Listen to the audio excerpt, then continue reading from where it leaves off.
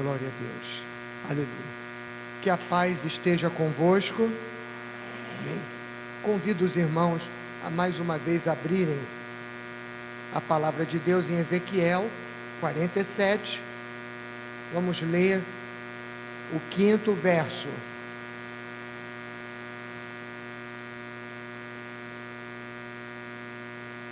Glória a Deus. Ezequiel, capítulo 47, versículo 5.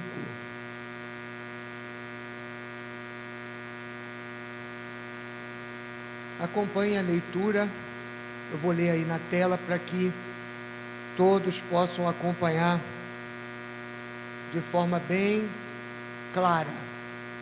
Mediu mais 1000, mas agora era um rio que eu não conseguia atravessar, porque a água havia aumentado e era tão profunda que só se podia atravessar a nado. Era um rio que não se podia atravessar andando. Amém. Nosso Deus e Pai, te agradecemos porque a tua graça nos é suficiente. O Senhor tem falado conosco na noite desse dia. Pedimos ainda por tua bondade e misericórdia, que completes a boa obra que iniciaste nesta noite. Fala aos nossos corações, revela-nos o teu Filho, a tua obra, o teu trabalho. É em nome de Jesus que oramos e te agradecemos. Amém. Os irmãos estão convidados a se sentarem. Meus irmãos, sempre fico muito contente quando tenho a oportunidade de adorar ao Senhor e louvar a Deus junto com os irmãos aqui da Igreja Assembleia de Deus Central em Nova Iguaçu.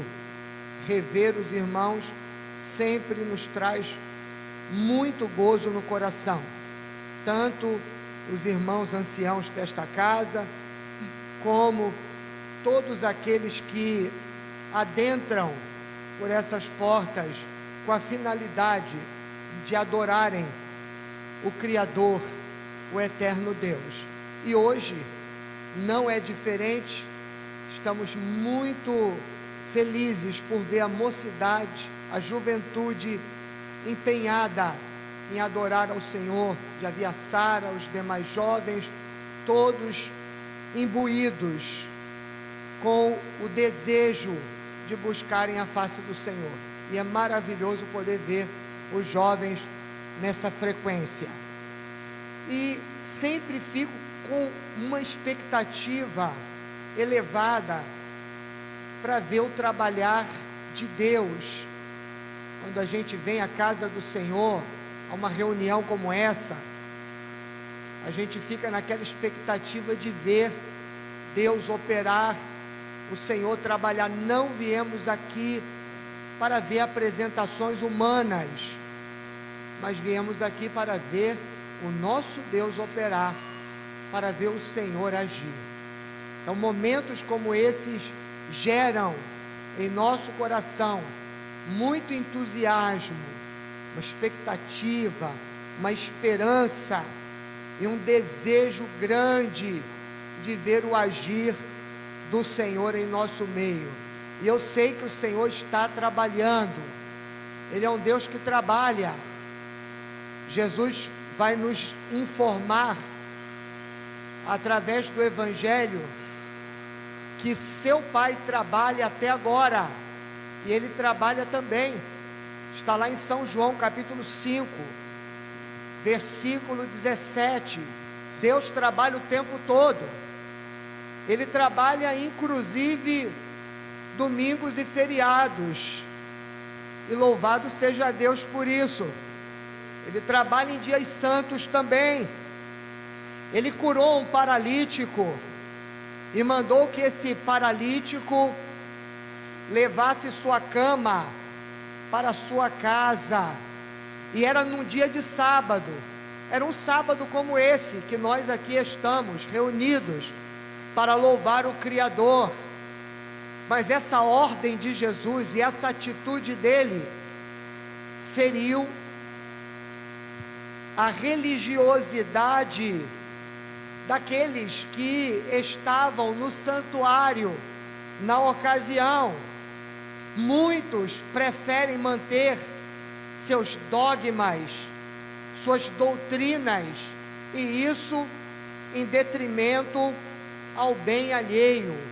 Mas o nosso Senhor deixou bem claro que tudo na fé cristã nos move para a promoção do bem.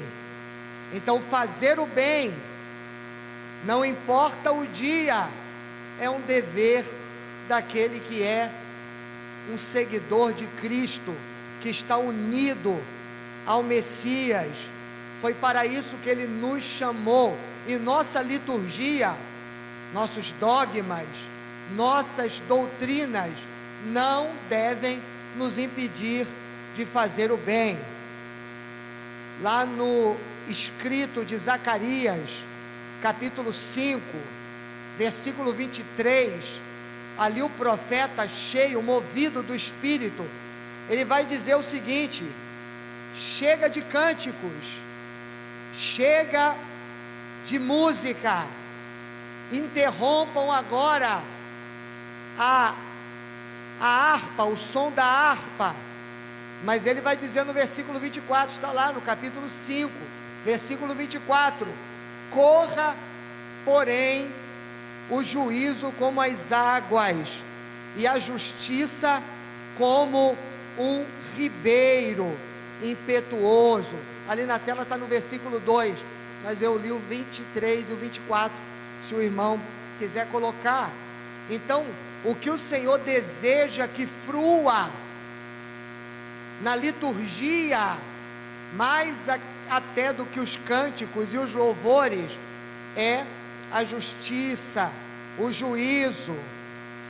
De João capítulo 5, versículo 19, Jesus vai dizer: aquilo que o Pai faz, o Filho também faz. Você viu o verbo? O verbo é fazer. Tudo na fé cristã aponta para a prática. O ensino destituído da prática não tem serventia nenhuma. Por isso, em Gálatas capítulo 6, versículo 9, ali o apóstolo Paulo vai dizer: não nos cansemos de fazer o bem, não fiquem cansados de praticar aquilo que é bom, porque na estação própria, na estação certa, colheremos, se não houvermos desfalecidos. Mas se tem alguém desfalecendo, a fonte de poder está aqui em nosso meio. O Espírito Santo está aqui hoje para fortalecer a cada um de nós. Então, viemos aqui nesse congresso para ver o agir de Deus. Você veio para ver Deus trabalhar? Amém? E Ele trabalha, a gente está vendo aqui que Ele trabalha o tempo todo. E no sábado Ele trabalha também. Glória a Deus. Imagine se houvesse um feriado de milagres, um feriado do bem do Senhor. Mas hoje é o dia aceitável, hoje é o dia da salvação. Este é o dia que nos fez o Senhor. Isaías 64, o profeta vai dizer no versículo 4: desde o começo do mundo, jamais se ouviu, nem com os olhos se viu, Deus semelhante a ti, que trabalhe para aqueles que nele esperam. Você está esperando no Senhor hoje? Quem está esperando no Senhor? Então o Senhor trabalha para aquele que neles esperam. E eu gostaria de mostrar aqui, através desta palavra, o trabalho de Deus. O seu trabalho é belíssimo. Não quero mostrar para vocês o trabalho da Assembleia de Deus, o trabalho dos homens, o trabalho do pregador, mas eu quero mostrar a vocês, pela palavra, o trabalho de Deus, porque a Bíblia é o livro de Deus, e nós vemos o trabalhar de Deus através das pessoas, mas é Deus trabalhando o tempo todo, e o seu trabalho é lindo, é belíssimo, e Deus revela seu projeto, seu trabalho a Ezequiel. É como um grande arquiteto que chega para Ezequiel e diz: Ezequiel, achega-te para cá, e eu vou mostrar meu trabalho para você. Não estava concluído no tempo e no espaço, no mundo físico de Ezequiel, aquele templo ainda não existia, mas já existia no tempo da eternidade, já existia no projeto de Deus, já estava lá na planta do Altíssimo, e ele disse: achegue para cá, porque eu vou te mostrar o meu trabalho. Que obra de engenharia glorioso, que obra de arquitetura magnífica. E eu quero dizer que nada do que o homem faz pode suportar o que aquele projeto que Deus estava revelando a Ezequiel pôde suportar. E talvez você esteja aí sentado e esteja se perguntando: o que aquele templo, o que aquele projeto podia suportar? Está lá em Ezequiel capítulo 43, está lá no versículo 4: a glória do Senhor entrou na casa, a glória do Senhor entrou na casa. Que grande obra de engenharia da terra pode receber a glória do Senhor? Eu pergunto aos irmãos. E o versículo 5 do capítulo 43, está lá escrito, olha só o que está dizendo, o finalzinho do versículo, o que a glória de Deus fez com aquela obra, com aquele projeto? A glória do Senhor encheu a casa, encheu o santuário. Qual grande obra de engenharia no mundo pode conter a obra do Senhor? Vamos aqui pensar. Há um grande arranha-céu lá em Dubai, um prédio chamado Califa, que chega a quase 1 quilômetro de tamanho, são 160 andares, mas aquele prédio não pode receber a presença do Senhor, não comporta. O Tower em Xangai também é um grande prédio, não pode. Talvez você possa lembrar de outras estruturas mais antigas, duradouras, as pirâmides do Egito. Tampouco aquelas estruturas podem conter a glória do Senhor. Está lá em Isaías: que casa será a casa do meu repouso? Minhas mãos teceram o céu, a terra e seu fundamento é obra da minha mão. Que casa vocês construirão para mim? Qual é o lugar do meu repouso? Se nem os céus dos céus podem conter a minha glória, vocês acham que eu vou habitar em casas de alvenaria? Não, meus irmãos, nenhuma obra humana pode suportar a presença de Deus. Por isso que eu falei, o edificador tem que estar aqui em nosso meio, o arquiteto do universo, o engenheiro, o Altíssimo, o Criador, o Santo de Israel. Ele precisa estar aqui trabalhando, senão nada do que fazemos será suficiente para comportar a sua glória. E ele diz: venha, Ezequiel, eu vou te mostrar, e você vai ver. Irmãos, hoje a arquitetura moderna já dá conta de fazer edifícios sob a água, mas naquela época não. E ele está mostrando: olha o que você vê. Ele diz: eu vejo água saindo debaixo da soleira pelo limiar. E você sabe que a água debaixo de um fundamento pode ser perigoso para uma obra, mas essa obra não foi a mão do homem que fez, foi o Senhor quem desenhou. E a água ia gotejando, ia saindo ali debaixo do limiar, do degrau, de uma das portas do templo, que dá para o oriente. Era muito pouquinho, mas ia saindo e ia aumentando, sua vazão ia crescendo. A cada medida que se passava, maior ficava a vazão. E aí eu quero hoje chamar a sua atenção. Lá em Jerusalém não há rios, não há fontes de águas vivas em Jerusalém. Não há. O Jordão, que nasce lá no Monte Hermon, passa a leste de Jerusalém, não passa perto.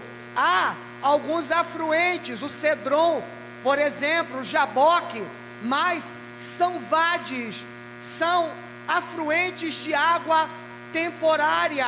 No inverno tem água e no verão seca totalmente. Então, que água é essa que Ezequiel está vendo fluindo do limiar do templo? Talvez os profetas nos ajudem. Eu já falei para você aqui de Zacarias, mas gostaria de citar agora Zacarias 14:8. Está dizendo: naquele dia fluirão de Jerusalém águas vivas.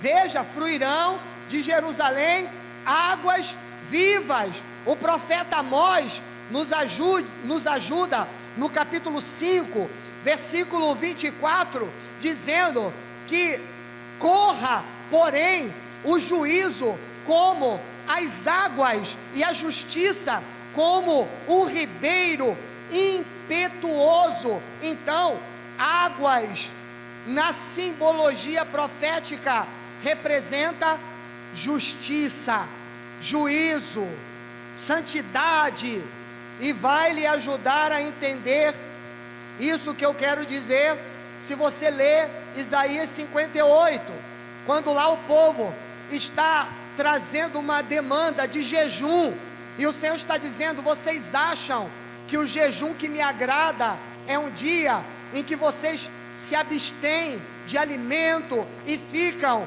com cara de sofrimento? Não, o jejum que me agrada é que vocês se abstenham do mal, que vocês desatem os cordéis daquele que está em prisão, que vocês abram as ataduras daquele que está aprisionado, que você dê pão para aquele que está faminto, que você reparta o seu alimento com aquele que não tem nada, que você vista aquele que está despido.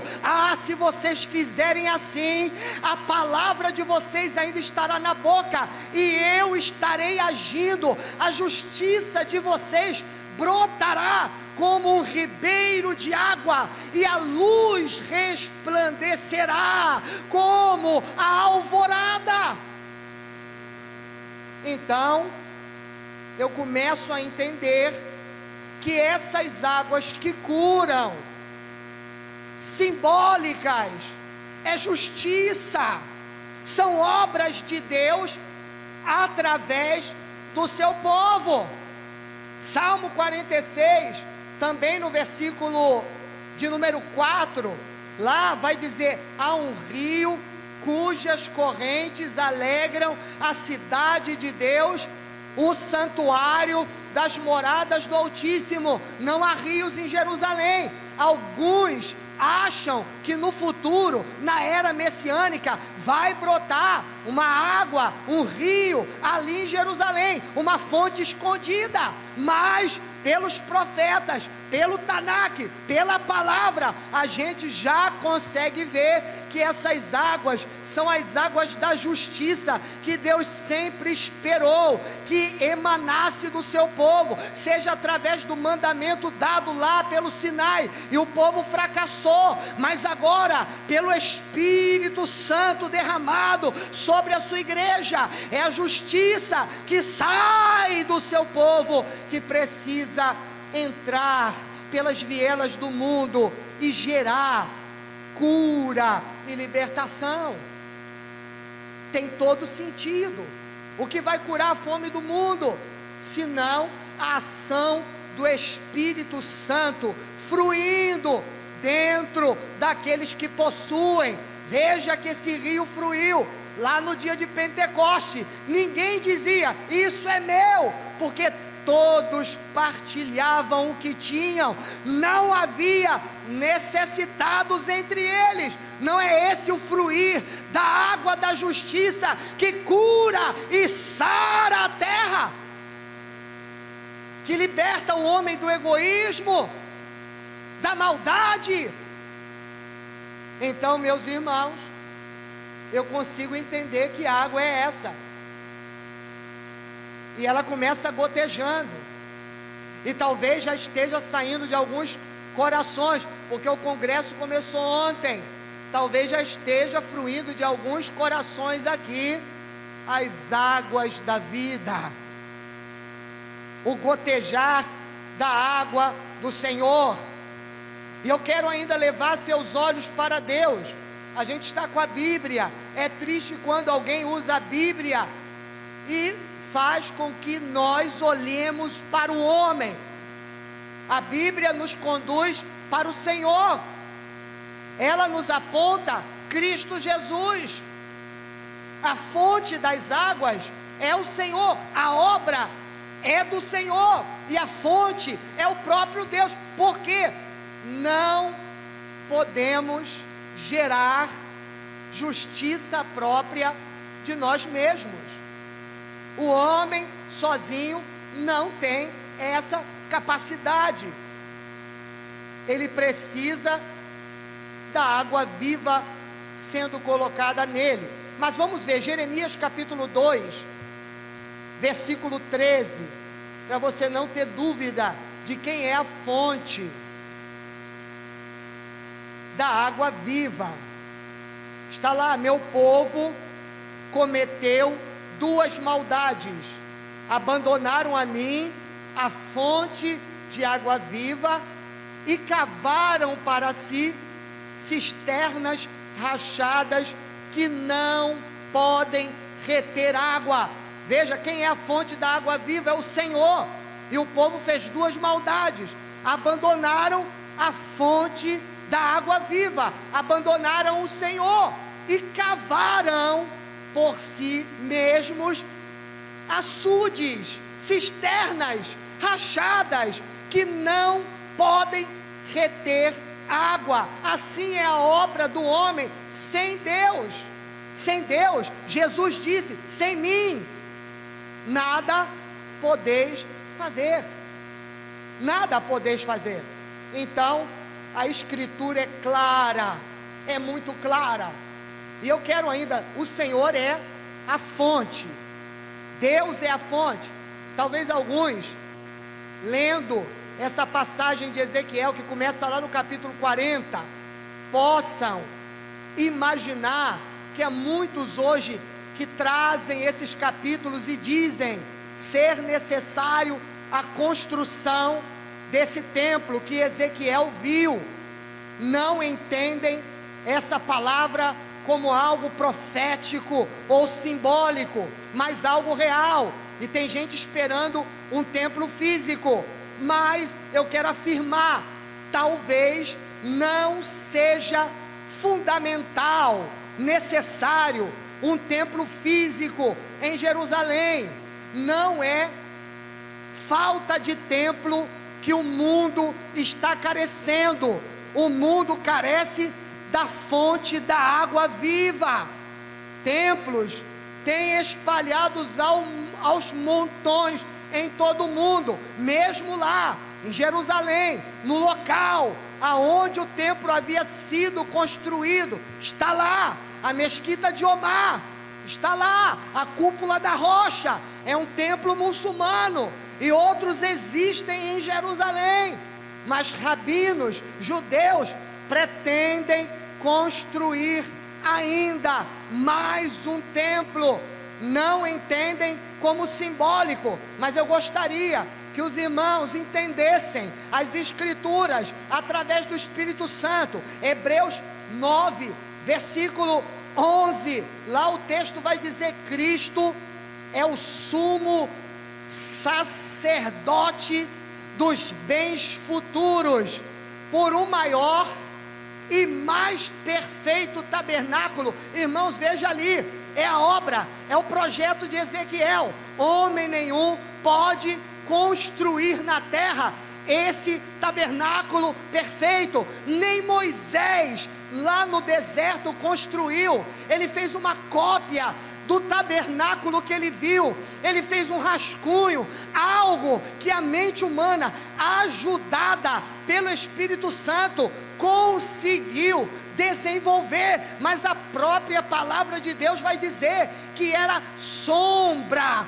era um protótipo primitivo, perto desse tabernáculo maior e mais perfeito, não feito por mãos humanas, isto é, não é desta criação, não é de ouro, não é de prata, não é de mármore, não é de alvenaria, não é de nenhum outro elemento da tabela periódica, não é desta natureza, e foi neste santuário celestial, aperfeiçoado, que nosso Senhor, o sumo sacerdote, entrou. Então não é de templo que o mundo precisa. Construiremos um templo em Jerusalém e as guerras acabarão. Já tiveram oportunidade. O primeiro templo, o tabernáculo foi feito, depois Salomão ergueu, e quantas guerras aconteceram? Teve o segundo templo, feito pela supervisão de Zorobabel, Josué, Zacarias, Ageu, e o que adiantou? Guerras aconteceram, até que foi demolido ali, por Roma, no ano 70, de acordo com a previsão de nosso Senhor. Templos não resolvem, mas a água viva que brota, que sai debaixo do limiar dos corações, essa pode levar esperança, porque essa leva o Evangelho. O Evangelho é a mensagem de paz. Estevão foi cirúrgico, e eu vou citar autores do Novo Testamento. Estevão foi cirúrgico, ele vai dizer: Deus não habita em templos feitos por mãos humanas. Leia a pregação dele, capítulo 7. Ele deixa os religiosos irados, mas ele fala: Deus não habita em templos feitos por mãos humanas. E ele vai citar Salomão, e ele vai dizer: mesmo Salomão, quando levantou o templo, ele orou dizendo: nem os céus dos céus podem conter a tua glória, muito menos essa casa que eu estou edificando para a tua glória. Ao menos os teus olhos estejam atentos e teus ouvidos abertos às súplicas deste lugar. Mas ele sabia que a glória de Deus não cabe num templo humano. E Paulo vai dizer essa mesma verdade lá em Atenas, para quem gosta de estudar, Atos 17, ele vai dizer: Deus não habita em templos feitos por mãos humanas. O que Estevão falou, e por que ele disse? Porque o Espírito que usou o diácono Estevão está usando o apóstolo Paulo, e o mesmo Espírito está fluindo aqui hoje. E ele vai continuar, e ele também não é servido pela mão humana. Você acha que a mão humana está ali para levar oferenda, para servir o Criador? Não! Ele não precisa ser servido pela nossa mão, como que precisando de algo, de alguma coisa, porque é Ele que dá respiração a todos, e a vida a todos os mortais. Dele somos feitura, como alguns profetas dizem, somos filhos de Deus. E para não ter dúvida, Mateus 12:6, Jesus vai dizer: aqui tem alguém que é maior do que o templo, aqui tem alguém que é maior do que o templo, aqui tem alguém que é maior do que o templo. Não é maior do que o templo aquele que projetou o templo. Jesus é Deus, Ele é o Filho do Deus vivo, Ele é o Messias.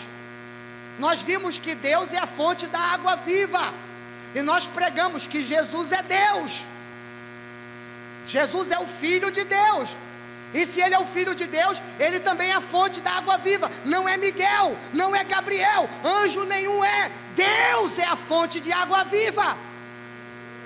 E se Deus, lá em Jeremias, nós lemos, é a fonte da água da vida, e se Jesus partilha da natureza, porque no princípio era o verbo, e o verbo estava com Deus, e o verbo era Deus, Jesus necessariamente é a fonte da água viva.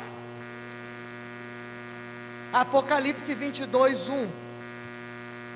Então o anjo me mostrou o rio da água viva. Agora ele vai ver o rio da água viva. Ezequiel só vê o gotejamento e se tornou um rio depois, mas João, ele contempla o rio da água viva, transparente como cristal, está ali, e procedia de onde? Do trono de Deus, confirma com o profeta, e do Cordeiro.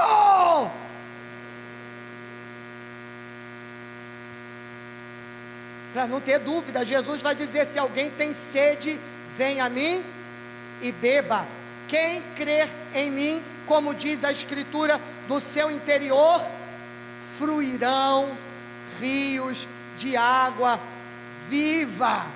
Opa, já começamos a identificar a soleira do templo, debaixo do limiar do seu interior fluirão rios de água viva. O 39, para você não ter dúvida, Deus é a fonte, Jesus é a fonte, o Cordeiro é a fonte. Agora João 7,39, você vai saber o que é água viva. Por isso que a gente não produz. O homem sozinho, sem Deus, não pode produzir, porque o que é a água viva? Está lá, João 7,39. Jesus, ele estava se referindo a respeito do Espírito Santo, que mais tarde receberiam os que nele crescem. Até então o Espírito ainda não tinha sido dado, pois Jesus ainda não fora glorificado. Então a fonte é Deus, a fonte é o Cordeiro, e a água viva é o Espírito Santo, que opera na nossa vida através das boas ações. Não são boas obras isentas do Espírito Santo, não é caridade sem o Espírito Santo, são boas ações regidas pelo Espírito Santo. E veja o que está escrito lá em Atos 2:4: e todos foram cheios do Espírito Santo. Não nos tornozelos, se estão cheios, não é no tornozelo, nem no joelho, nem no lombo, mas imersos. Todos foram cheios do Espírito Santo. Atos 2:4 está ali, todos ficaram repletos, todos foram inundados do Espírito Santo.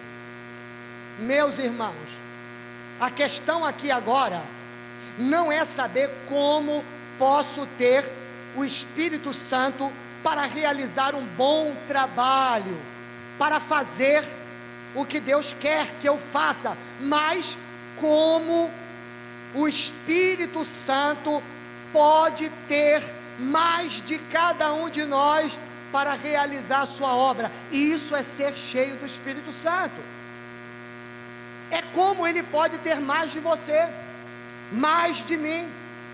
Alguns talvez estejam só molhando o dedinho do pé, só o tornozelo, mas a pergunta é: quantos estão totalmente mergulhados, imersos, sem controle de nada, só sob o controle do Espírito Santo? Você vai notando que Ezequiel vai experimentando, ele vai, está aqui no pé, está tranquilo. Eu já vi gente que não tem medo de tomar banho quando está lá no tornozelo, mas se está no joelho, já aqui é meu limite. Bons nadadores vão até o lombo, até o tórax, outros enfrentam o mergulho. Mas eu quero dizer, quanto mais do Espírito Santo, menos de nós. Quanto mais de nós, menos do Espírito Santo. Há muito homem hoje agindo na igreja, e a pessoa vem e é a habilidade do pregador, e é a habilidade do cantor, e é a habilidade de A, de B, de fulano. Não, esqueça tudo isso. Que Deus neutralize nossas forças, que estejamos mergulhados no oceano do Espírito, para que Ele seja o Senhor de tudo. O que Paulo vai ensinar em Efésios 5,18: enchei-vos do Espírito. Não é encher-se de conhecimento, de habilidade, de competência. Eu sei que você tem, mas não é isso que o texto diz. Enchei-vos do Espírito Santo. E meus irmãos, tem muita gente que não mergulha, porque essa água não pode ser controlada. Israel não quis a fonte de água viva, porque viu que Deus não pode ser domesticado. Tem gente que quer falar em nome de Deus. Eu não estou aqui para falar o que eu quero, mas estou aqui para dizer a você o que Deus quer falar. Essas águas são vivas, não é água de represa, não é água de cisterna. Eu não posso decidir o que fazer. As águas do Espírito não podem ser manipuladas, não podem ser represadas. Não está sob a gestão de uma empresa. As águas do rio não têm gerência nessa fonte de água. Não está contida no Vaticano, não está no Belenzinho, não está em Aparecida, São Paulo, não está em Madureira ou no Brás, nem ainda nesta Jerusalém atual, que é escrava, de acordo com o texto de Gálatas capítulo 4. Mas esta água é ofertada gratuitamente a quem pedir, a quem tiver sede, porque não está sobre a gerência de empresários, está sobre a gestão do Espírito Santo. Então, se você tiver sede, você pode pedir, e de graça você terá. Abraham Lincoln, ele tinha um comportamento interessante, foi um grande presidente dos Estados Unidos, e ele dizia o seguinte: eu faço mais empenho em estar ao lado de Deus do que pedir a Deus para estar a meu lado. Faço mais empenho em estar ao lado de Deus do que pedir para Ele estar ao meu lado. Por quê? E ele dizia: porque o homem é quem serve a Deus e não Deus o homem. Ele é Senhor. Então às vezes a gente fala: Senhor, venha, Senhor, fique aqui, Senhor, vem aqui e me ajude, quando nós é que: Senhor, eu preciso estar no centro da tua vontade, no centro do teu querer. A palavra serviço, irmãos, no original tem o sentido de esperar. Irmãos, jovens, eu sei que vocês não gostam tanto de esperar, eu também não. Os mais idosos talvez já tenham alcançado essa paciência. Porém, a Bíblia aponta que a palavra serviço, ela tem uma relação íntima com espera. Quando Ele quer que eu me levante, aí eu me levanto. Quando Ele quer que eu me sente, eu devo me sentar. Se Ele quer que eu espere, eu vou esperar. Servo não tem iniciativa própria. Serviço. Vocês escolheram Ezequiel. Melhor, o Espírito de Deus escolheu para vocês o texto de Ezequiel. E o que está escrito em Ezequiel capítulo 2: Filho do homem, põe-te de pé, que eu falarei contigo. Não é isso o capítulo 2? Deus deu uma ordem e Ele não executa, porque Ele não podia executar. O texto vai dizer: o Espírito do Senhor entrou nele e o colocou de pé. Depois o Senhor vai dizer: come o que eu te dou. E ele não questiona. E era um pergaminho. devora o pergaminho. E ele devora o pergaminho. E ele disse: porque eu vou enviar você para falar aos filhos rebeldes de Israel. Depois o Senhor vai dizer para ele: filho do homem, vai para a planície, porque eu vou falar com você. Mas eu já estou aqui, estou ouvindo tua voz, fala aqui mesmo. Não compete ao servo questionar, vá à planície e falarei com você. Quando lá chegou, Deus disse para ele: agora Ezequiel, vai para a tua casa, eu vou te amarrar, você vai ficar quietinho na tua casa, caladinho, eu vou fazer tua língua se pegar no seu palato, no céu da tua boca, e quando eu quiser que você fale, aí você vai falar, quer eles ouçam, quer deixem de ouvir, pois são casa rebelde. Você quer fruir? Você quer ver a água sair do limiar e alcançar o mundo? Está aqui, eu já vou terminar os requisitos para que Deus nos use. Não é do meu jeito, já estou dizendo, não é do meu jeito, não é do teu jeito, é do jeito do Espírito de Deus, é do jeito do Senhor. Servir ao Senhor é o maior serviço que tem. Deus se deleita apenas no espírito de um cordeiro, na humildade, na paz, ambição. Pessoas que têm propósitos elevados demais, tudo isso é inútil aos olhos de Deus, tudo isso.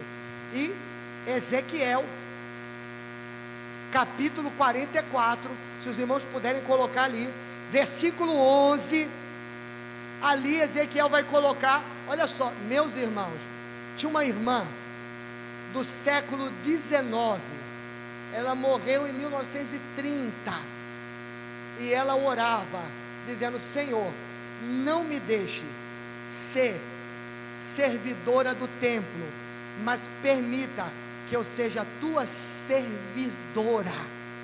Olha só, contudo, serão ministros do meu santuário, nos cargos das portas da casa, e servirão a casa, degolarão os holocaustos e o sacrifício para o povo, e estarão para ele para lhe servir. Aí o versículo 12, o 13, fala por que se desviaram do Senhor. Vai para o 14, por gentileza, meu querido irmão. Contudo, eu os constituirei guardas da ordenança da casa em todo o seu serviço e em tudo o que nela se fizer. Agora o versículo 16, tem um grupo, os da linha de Zadok, esses aqui, entrarão no meu santuário e se chegarão à minha mesa para me servirem e guardarão a minha ordenança. Esses servirão ao Senhor. Tem gente trabalhando no templo, fazendo todo o serviço sagrado do templo, está lá. Deus disse: eu vou deixar eles fazerem esse serviço, mas eles não me servirão. Mas os filhos de Zadok, porque mantiveram a perseverança, eles me servirão. Tem dois tipos de pessoas que estão trabalhando na sua força, mas tem aqueles que estão trabalhando na força de Deus. E trabalhar na força de Deus é trabalhar silenciosamente, sem atrair atenção. A água começou forte ou fraquinha, era um gotejar, um fluxo pequeno. Trabalhar silenciosamente, sem atrair atenção para si. Mas ninguém vai ver, quem não é visto não é lembrado. É um ditado que tem no mundo. Deus está olhando você. O Senhor conhece os que são seus. Ele sabe a hora que Ele precisará do teu serviço, e quando Ele precisar, Ele vai te usar. Você pode estar na sua casa, se é alguém muito simples, o Espírito flui nas coisas do cotidiano, nas coisas do dia a dia. É isso que o Senhor está falando. Não buscar louvor e glória para si, mas para o Senhor. Meus irmãos, o serviço que tem valor e que cura e que restaura é aquele que manifesta a vida de Cristo. Se o Evangelho vai, a restauração, a cura, a libertação, não é nada do homem, é o Senhor que é glorificado. Eu gosto de uma palavra de Atos que diz assim, ó, e a palavra do Senhor crescia e se multiplicava. Eu fico tão feliz, porque eu não vejo assim, ó, e a igreja que estava em tal lugar crescia, e o apóstolo X ou B crescia e aparecia, e a palavra de Deus crescia e se multiplicava. Se você quer ser assim, você é um tubo por onde a água cristalina vai passar, sem qualquer impedimento. Consagrar-se para Deus não é trabalhar para Deus. Entenda, consagrar-se para Deus não é trabalhar para Deus, mas ser trabalhado por Deus. Você está deixando Deus trabalhar hoje em você? Aqueles que não permitem que Deus trabalhe neles, nunca poderão trabalhar para Deus. Então, trabalhe, Senhor, nessa mocidade abençoada que está aqui hoje. Trabalha não do jeito que eles querem, mas do jeito que Tu queres, Senhor. Da Tua forma, do Teu jeito. Trabalha na minha vida, Senhor. Menos de cada um de nós, mais de Ti, ó Senhor, para que essas águas fluam por Nova Iguaçu, fluam pelo nosso estado, alcance toda a nossa federação, que essas águas transbordem para os nossos vizinhos aqui da América do Sul, possa alcançar as Américas, possam transbordar para outros continentes, cheguem na Jerusalém, Senhor, cheguem na Ásia, na África, na Europa, aonde houver, Senhor, uma guerra, que a água flua, Senhor, e nós podemos, com a nossa súplica, com a nossa oração, Deus não rejeita a oração. Você pode, mas eu sou tão pequeno, não posso. Uma gotinha sua é muita coisa. Deus vai fazer essa gotinha virar um rio poderoso, caudaloso. Seja cooperador de Deus, seja cooperador. O trabalho não é teu, o trabalho é do Senhor, o trabalho é dele, é Ele que vai fazer. Mas seja um manancial, uma fonte de água viva para a glória do Senhor. E eu agradeço a oportunidade em nome de Jesus.